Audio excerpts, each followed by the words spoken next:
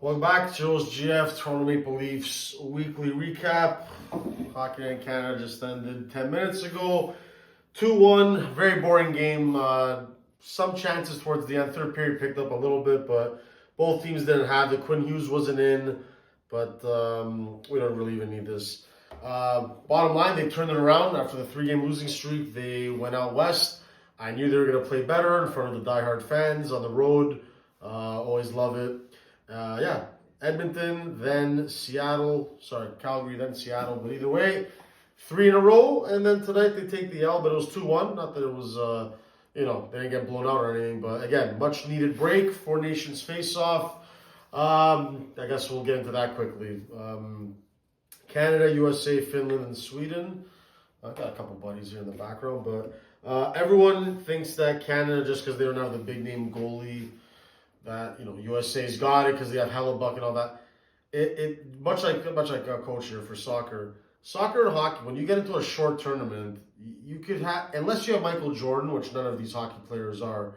Anyone can win and anyone can lose that one big game with all the marbles or everything on the line. So I don't look at it that way. I think Aiden Hill can be the best goalie just because he doesn't have to be the biggest name, but if he has the best numbers in a short tournament, then he's better than whoever else, that has a bigger name in that. So for me, that's how I always look at it. It's who comes up big, who gets chemistry fast.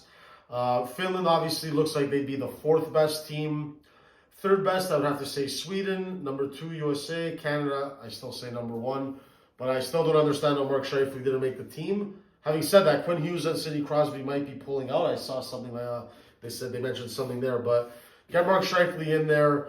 But again, even some of the guys on Canada that I'm like, really? Like Sam Bennett and Cirelli and all that, they're usually the guys that put up the best numbers and have the best short tournaments. So you never know what you're going to get in these things. But I'm glad there's something here to offset not being in the World Cup of Hockey.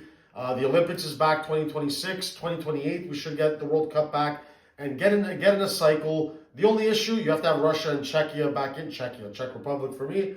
But not having Russia in because of the political reasons, it's bullshit. But people who think it's not best on best, that's also a bullshit take. It is best on best. It's not anyone's fault or the player's fault that Russia can't be involved because of political, BS. So we'd love to see those countries in. Those are the big 6. Shout outs to Switzerland or Germany or, Frederick Anderson in Denmark. But those teams don't have enough firepower. They have 1 or 2 NHL players.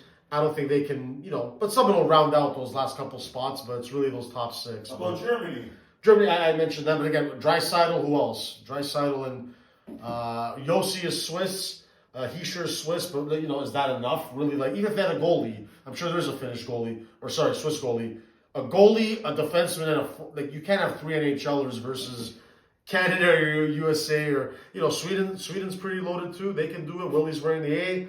But in the end, I think Canada just has the pedigree, the clutch. Tournaments in Montreal. I'm going to be there, not going to the game, but I will be in Montreal, so hopefully get some content done. But short tournament, I expect Canada to win it. Let's see what happens.